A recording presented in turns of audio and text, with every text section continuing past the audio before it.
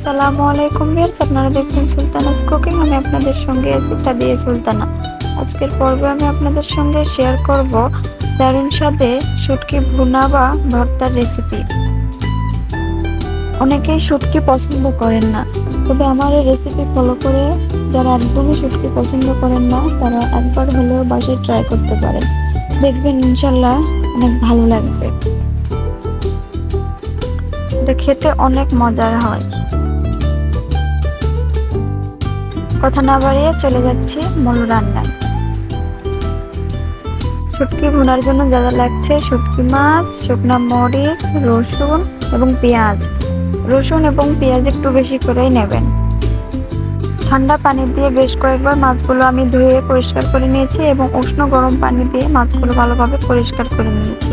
চুলায় কড়াই বসিয়ে দিয়ে দিচ্ছি পর্যাপ্ত পরিমাণ তেল। দিয়ে এখানে আমি কেটে রাখা রসুন এবং পেঁয়াজ কুচি দিয়ে দেব। দিয়ে ভালোভাবে নেড়েচেড়ে একটু সফট হওয়া পর্যন্ত অপেক্ষা করব।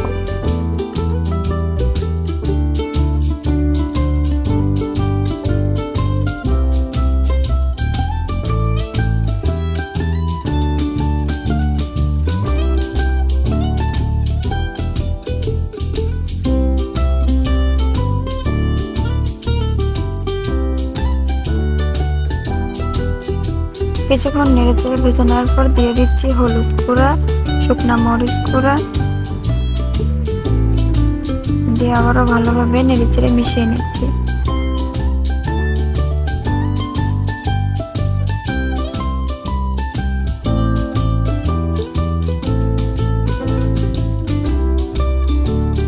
এ পর্যায়ে নেড়েচেড়ে মশলাগুলো যত ভালোভাবে মেশাবেন শুটকি মাছের টেস্টটা তত বেশি হবে।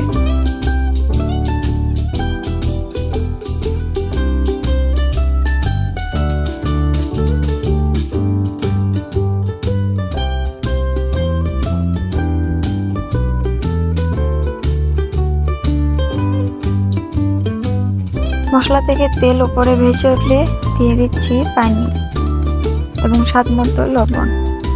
দিয়ে শুটকি মাছগুলো আমি দিয়ে দিচ্ছি। দিয়ে নেড়েচেড়ে মিশিয়ে নেব মশলার সাথে।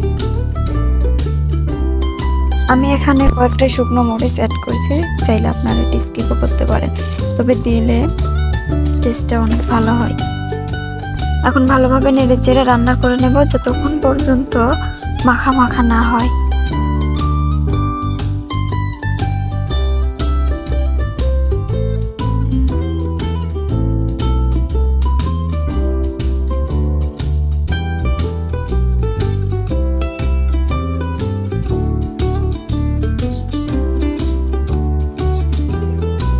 আমার রান্না হয়ে গেছে। এখন এই পর্যায়ে আমি এগুলো উঠিয়ে নিচ্ছি। দেখুন দেখতে কতটা লোভনীয় লাগছে। আমার রেসিপি যদি ভালো লাগে অবশ্যই লাইক, কমেন্ট, শেয়ার করবেন এবং সাবস্ক্রাইব করে পাশে থাকবেন।